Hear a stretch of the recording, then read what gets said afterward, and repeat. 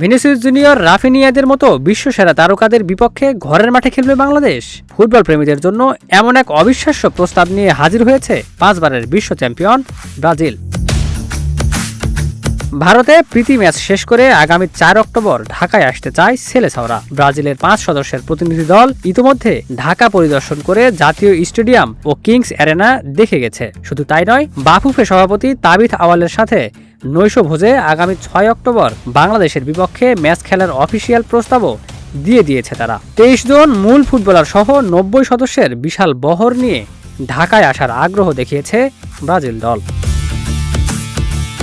তবে ম্যাচটি আয়োজন করা নিয়ে এখনও চূড়ান্ত সিদ্ধান্ত নেয়নি বাফুফে, কারণ 3 অক্টোবর পর্যন্ত আসিয়ান কাপে ব্যস্ত থাকবে বাংলাদেশ দল। ইন্দোনেশিয়া থেকে ফিরেই মাত্র 2 দিনের ব্যবধানে ব্রাজিলের মতো পরাশক্তির বিপক্ষে নামা কতটা সম্ভব তা নিয়ে চলছে পর্যালোচনা। একই সাথে জড়িয়ে আছে বিশাল খরচের বিষয়ও।